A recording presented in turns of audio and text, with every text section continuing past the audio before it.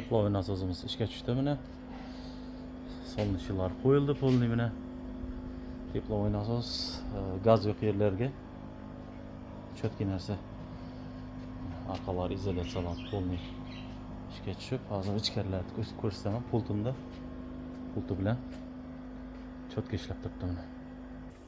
Mana so'nish esa bunday qo'yildi mana 10 kilovatli. Hem navis hem sayat tushib turadi mana shunday ishlandi mana temirdan.